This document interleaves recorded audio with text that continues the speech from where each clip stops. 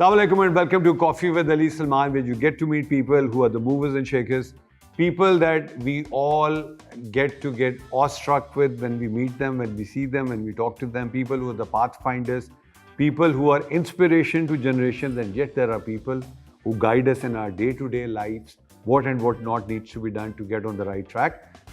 इस मुल्क का सबसे बड़ा अलमिया ये कि, and I could be totally wrong, so I'm going to consult him for my numbers, कि कोई 25-30 करोड़ की पॉपुलेशन पे 500 के करीब साइकेट्रिस्ट हैं और इतने ही साइकोलॉजिस्ट। इसका मतलब ये कि लाख लोगों पे कोई एक साइकेट्रिस्ट आता है, जिसका मतलब ये है कि एक अच्छे मुआशरे में, मुअज़्ज़म मुआशरे में तकरीबन 10,000 लोगों पे एक साइकेट्रिस्ट होता है। और वहाँ चाइल्ड साइकोलॉजी, स्कूल से साइकेट्रिस्ट की इंगेजमेंट और इन्वॉल्वमेंट इसलिए ज़रूरी होती है कि they help you, they guide you what is it that you are really good in and they put you on the right track. हमारे यहाँ तो अब्बू कहते हैं बेटे को इंजीनियर बनाना, अम्मी कहती है डॉक्टर बनाना, और दोनों की ख्वाहिश नहीं पूरी होती तो अली सलमान बन जाता है.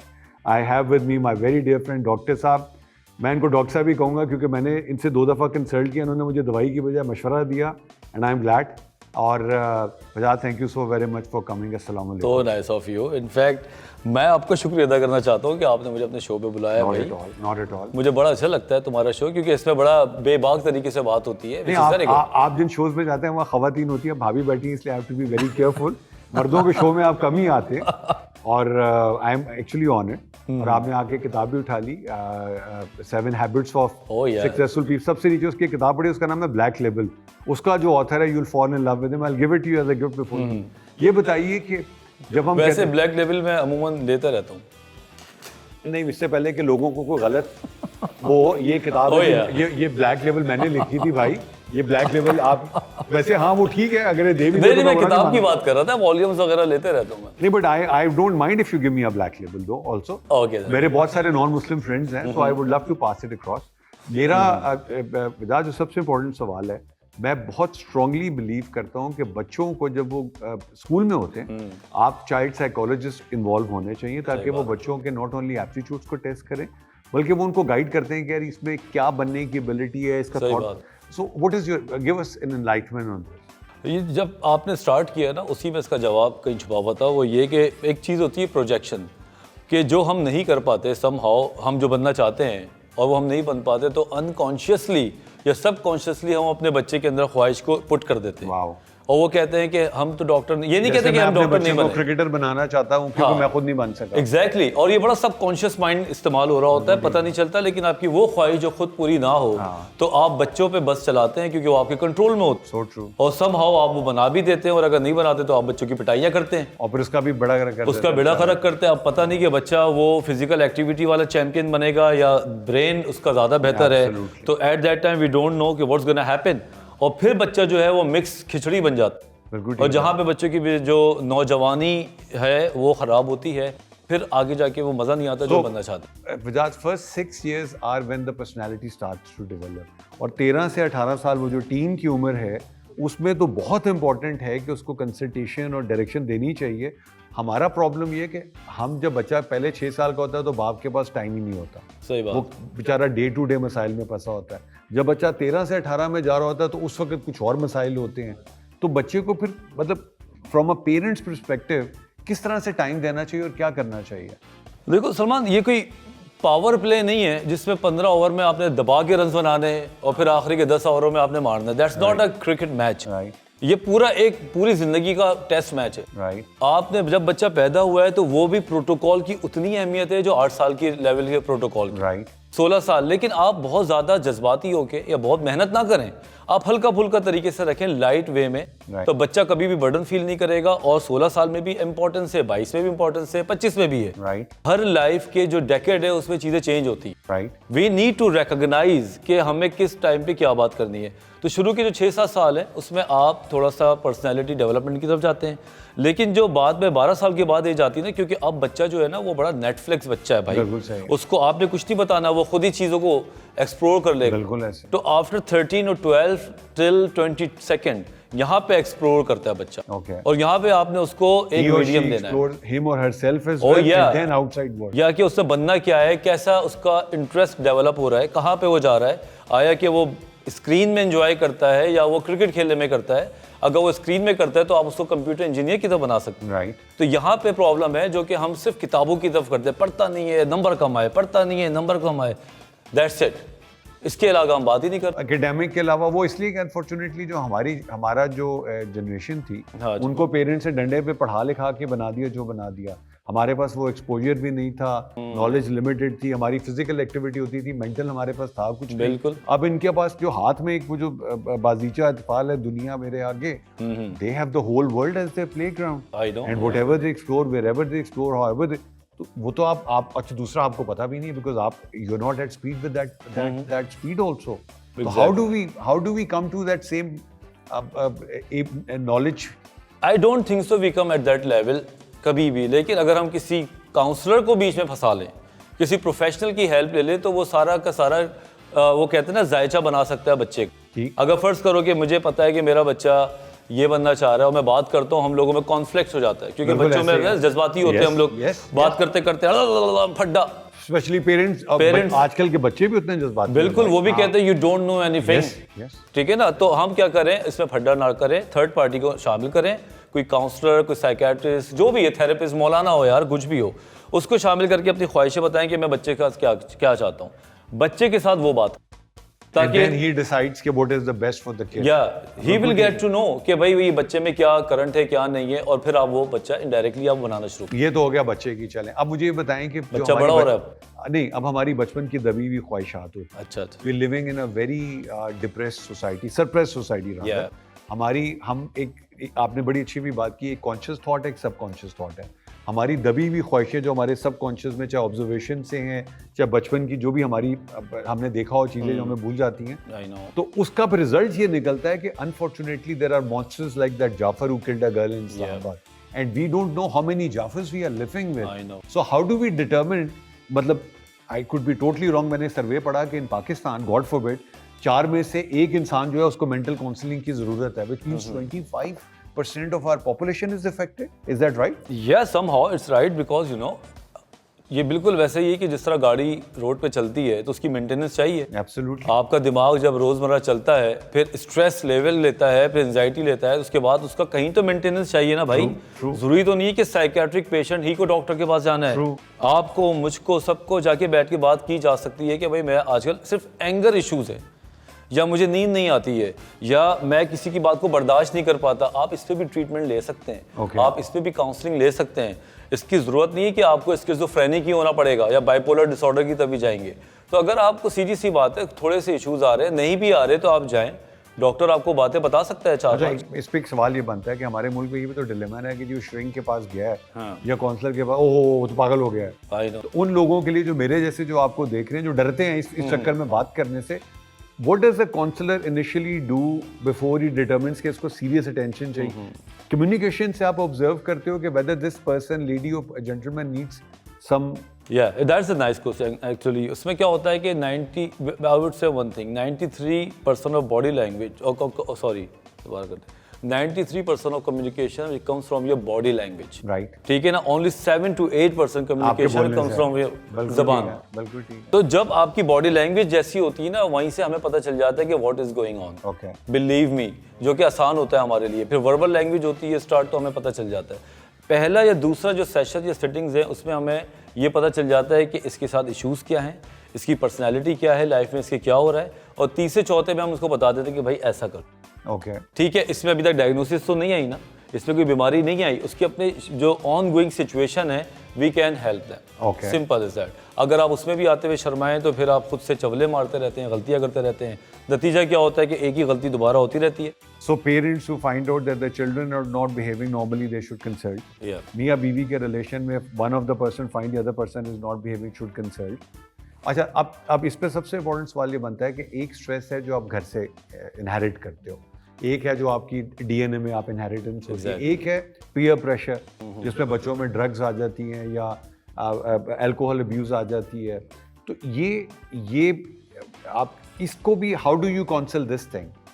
या दैट्स नाइस। अब मैं उसकी तरफ आ रहा हूँ जहाँ पे मैं चैनल पे बैठ के बात नहीं कर सकता, लेकिन यहाँ पे हम बैठ के बात कर सकते हैं। देखो हमारा मसला ये है कि हमने बॉलीवुड को बहुत देखा है करेक्ट और हमें लगता है कि जब कोई गमज़दा सीन आएगा मेरी लाइफ में, कोई ब्रेकअप होगा, किसी की मंगनी कहीं हो जाएगी तो मैंने नशा कर लेना है ऐसी है और नशा करके मैंने वहाँ राम जाने बन जाना है और उसके बाद मैंने अपने आप को ठीक करना है। ठीक है, साइंसी तौर पे नशा आप जब ना करें जब आप ऑलरेडी सेट चल रहे हो। ओके ये एक मैं आपको थोड़ी कंफ्यूजन खत्म करूं, जो लोग इसको फरार के तौर पे यूज हाँ करते कोपिंग स्ट्रेटजी के तौर पे यूज करते हैं, उनका बहुत जल्दी बेड़ा गर्क होता Okay. है। चाहे वो अल्कोहल हो या ड्रग हो, वो आपकी प्रिवेलिंग मूड को, जो ऑलरेडी आपका मूड चल रहा है, उस प्रिवेलिंग मूड को इनहेंस कर देते हैं। एब्सोल्युटली अगर आप डिप्रेस हैं, आपने नशे किए, आप रोना शुरू कर देंगे।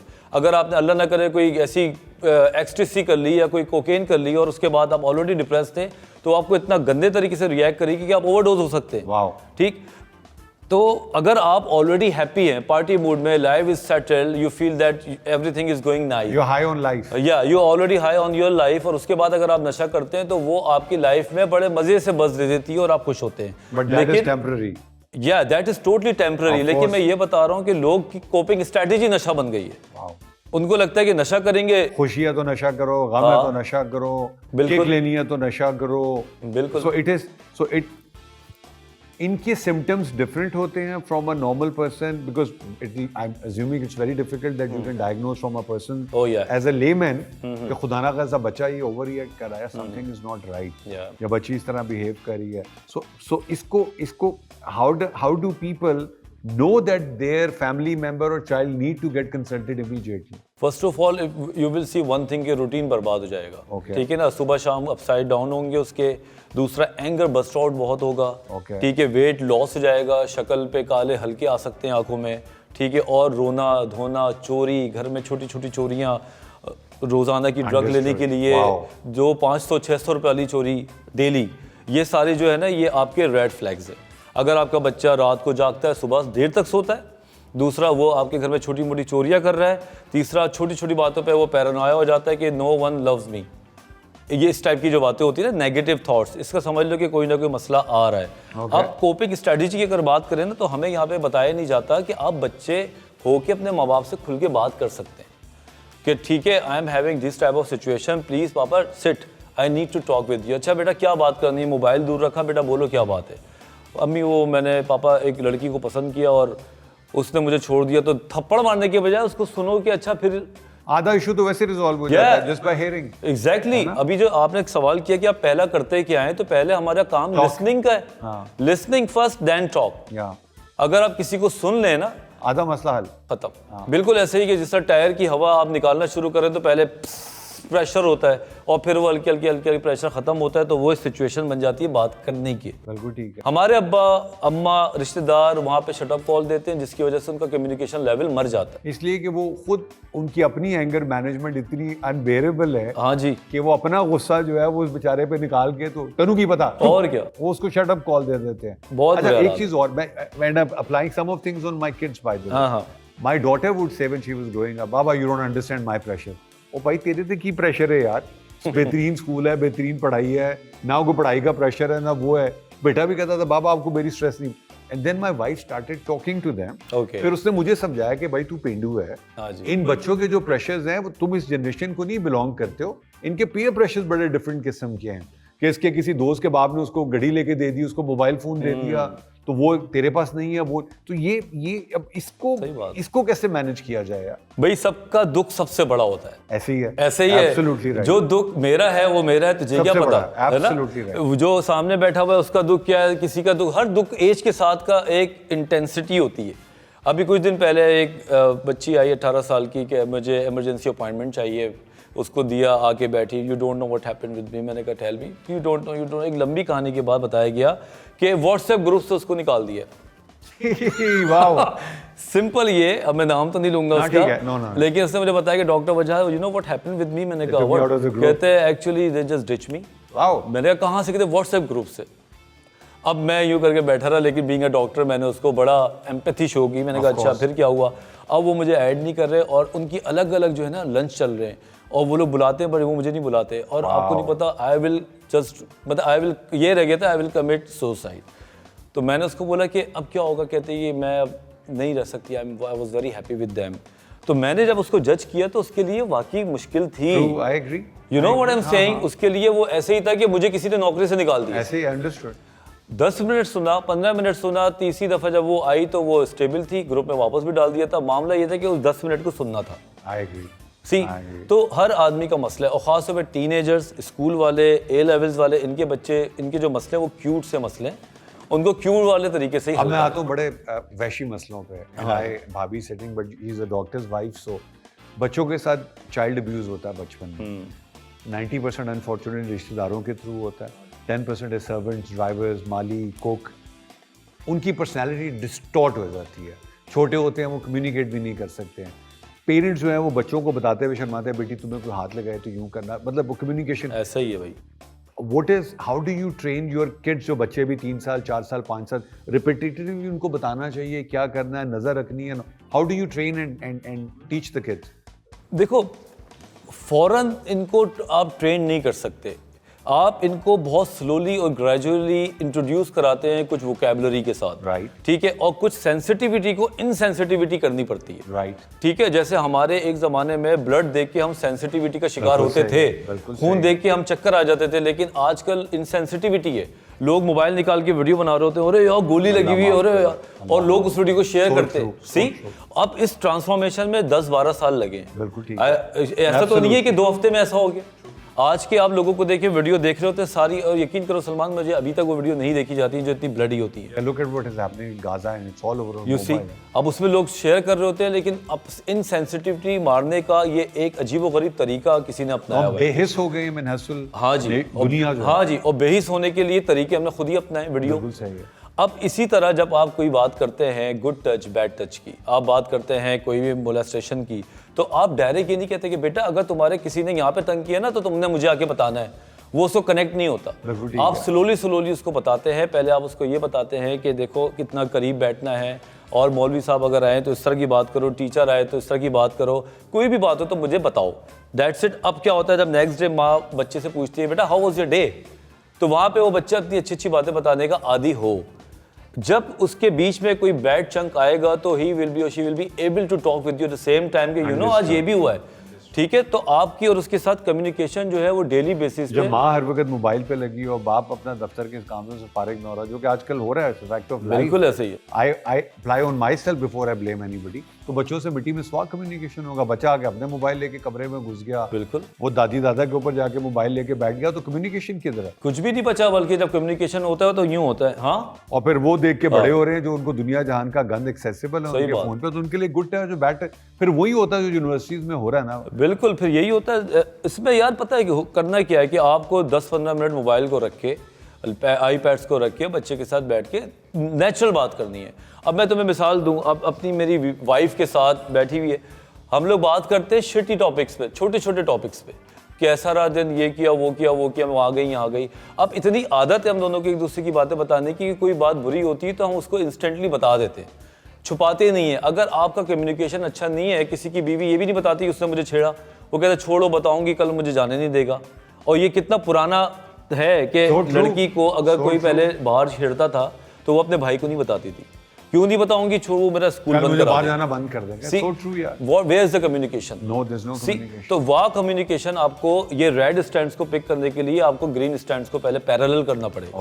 ओके। बट हम ये हमें किस लेवल पे अवेयरनेस क्रिएट करनी पड़ेगी कि पेरेंट्स को पहले एजुकेट करो सालों को, ताकि वो बच्चों के ऊपर अप्लाई करें ना। तो ये तो पूरा एक generation needs to be transform. जो कि हाँ, अब हम लोग स्कूल्स में जाते हैं, हम कोशिश करते हैं बच्चों के जो पेरेंट्स हैं उनकी मीटिंग करें। हाँ। वहाँ पे एक साइकोलॉजिकल सेशन देते हैं, जनरल टॉक होती है, तो पता ये चलता है कि कोई बच्चे की शिकायत 3 महीने से चल रही है जो कि वो टीचर को बता रहे हैं, मसला माँ बाप में होता है। Absolutely right. और जब उनको बोलो कि आपको ये काम करना है, ये काम करना है, तो कहते हैं हमारे पास टाइम नहीं है। आजाद, मैं आपको बात बताऊँ, my daughter is very communicative. तो उसने मुझे बोला बाबा मेरे स्कूल में बच्चे ड्रग्स करते हैं। I went to the school.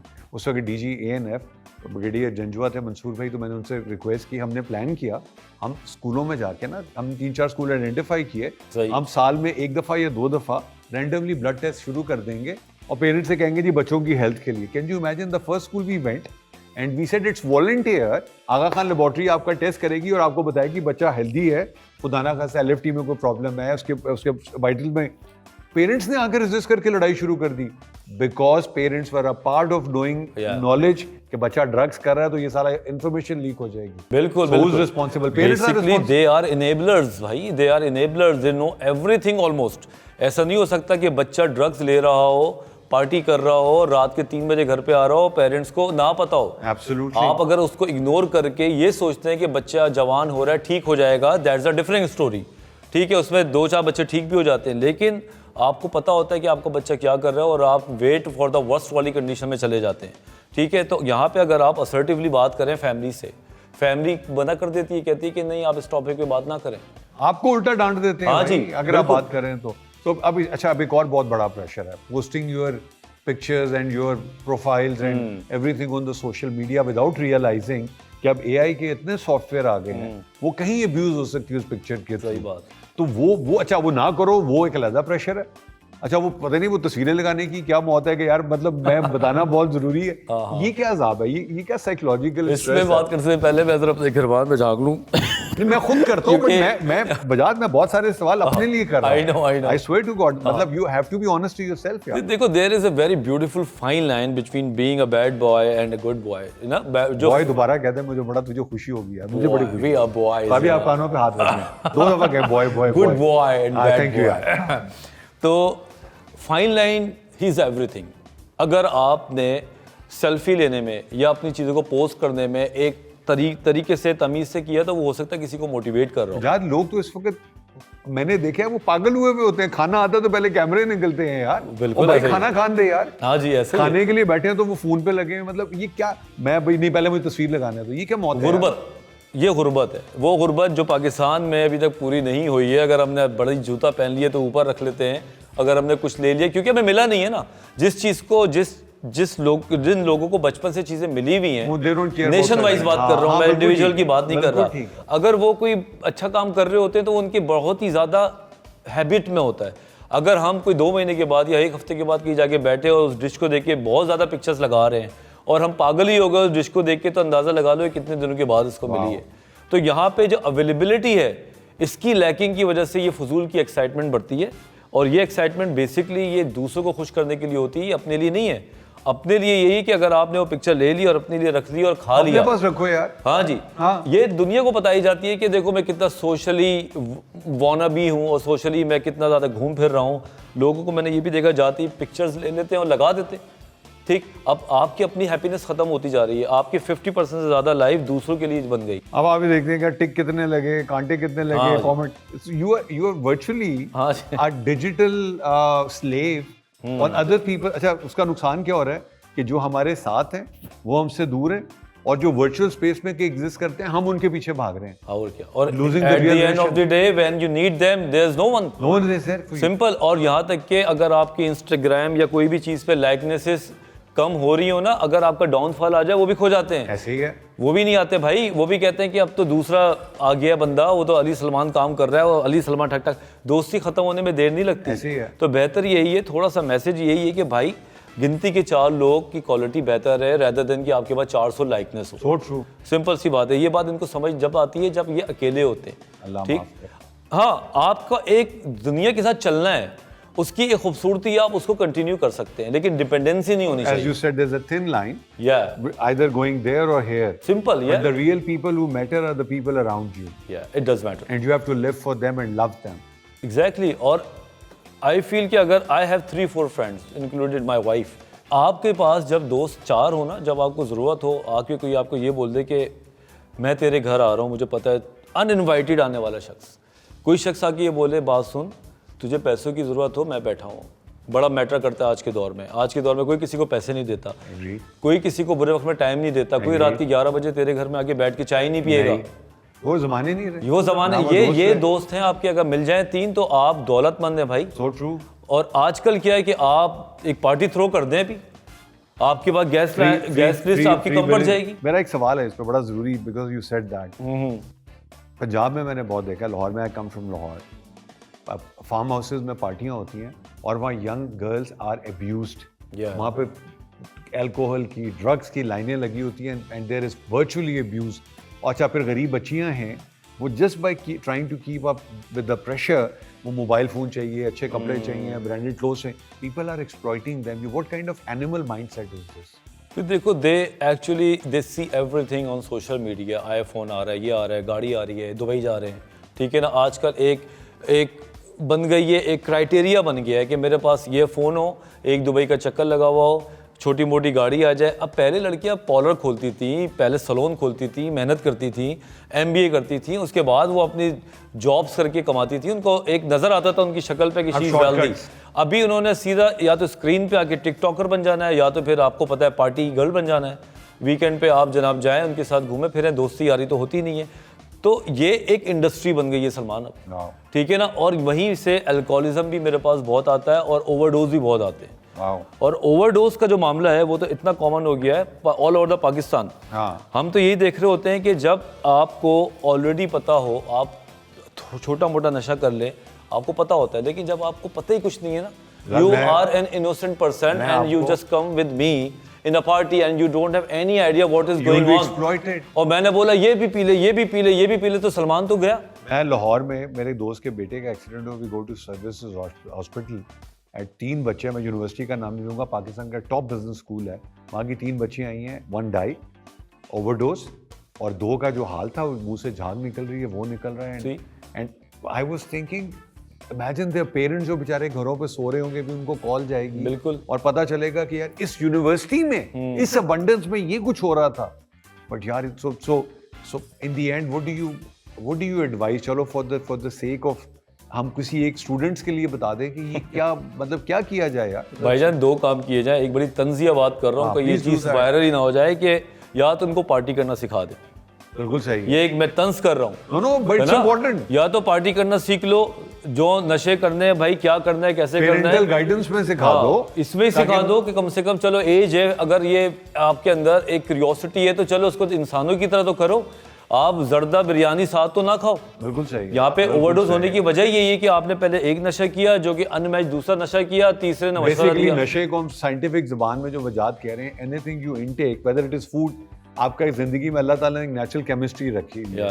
Anything which goes out and reacts with the natural chemicals and creates this facade in your mind and it puts you haywire. तो सर, आज की गुफ्तगू का सेर हासिल ये कि अब आपने ठंडी कॉफी जो है ना, आपने इस हॉट डॉग के साथ खानी है. ओए होए होए. और ये नशा नहीं है, लेकिन ये आपको टुन कर देगा, ये हमारा वादा. हाँ जी, ये तो मेरी ग्रेटिफिकेशन है. हॉट डॉग्स तो मुझे हमेशा. But Bajaj, I know I can talk to you for hours and hours and hours. In the end you mentioned we need to know what is the detox. Is there a spiritual way to detox?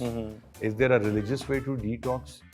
Is there a connectivity that Allah से लो लगाएं, spiritual करें, कि जहाँ से कोई कुछ ना कुछ सुकून तो आए. इस वक्त तो हाड़ा हुड़ी है हर तरफ. भाई इस वक्त जो है ना, वो बस आपकी जो गाड़ी है ना, वो दौड़े जा रही है और पता नहीं कहाँ पे जाके ठुकेगी और आपका टोटल होगा. Basically detox, it has to be in every way, not in just chemical addiction. ठीक है ना, आपकी ये 7 हैबिट पड़ी थी ना, ये 7 आदतें ही डिटॉक्स है. सही बात है. अगर आप इसकी 7 आदतों को समझ लें तो ये डिटॉक्स है. Number 2, it depend upon the condition कि अगर कोई बहुत हैवी केमिकल ले रहा है तो we can use the medication as well. Otherwise psychotherapy, spiritual therapy, Islamic therapy, नमाज रेगुलर 1 या 2 बंदा नमाज पढ़ ले, ये सारी चीज़ें जो है ना आपकी टॉक्सिसिटी को निकाल सकती हैं. और अगर आपको लगता है कि मैं I am highly motivated but I don't know how to do, then you can come to us. We can give you some skills which can be used for your detoxification and rehabilitation. फिर आप अपनी जिंदगी को बल्ले बल्ले करें. हम तो those are medical, those are physical ways to do it. There are chemical balances that you do. What do you do with that? Exercises, yoga, and then group therapy. Okay. ठीक है, वहाँ पे एक्सप्लोर करते हैं किसकी क्या activity है, कौन क्या बनना चाहता है. कोई कुछ नहीं बन सका तो नशा कर रहा है, कोई कुछ बनना चाहता था, उसकी जद्दोजहद में डिप्रेस हुआ हुआ है. तो we actually pick the core clear identification के मसला कहाँ है. Rabi, thank you very much. इस शो से अब आपसे इजाज़त लेते हुए मैं आपको ये बताना चाहूँगा कि मेरा डायरेक्टर नदीम काज़मी उसका नाम है. ये फास्ट एंड फ्यूरियस में कास्ट हुआ था, लेकिन इसकी जो उसका रोल था वो जेसन स्टेथन ने ले लिया था. हालांकि ऑडिशन में इसको बता दिया था अच्छा कि जागते रहना, 3:30 रहना. इसको उस वक्त पंजाबी आती नहीं थी. तो जब इन्होंने स्क्रीन पे जेसन को देखा तो बड़े नाराज हुए. ओए होए, इनकी छेड़ है लफ्ज जेसन जो है. अब आप ये खाएं, हम इजाजत लेंगे.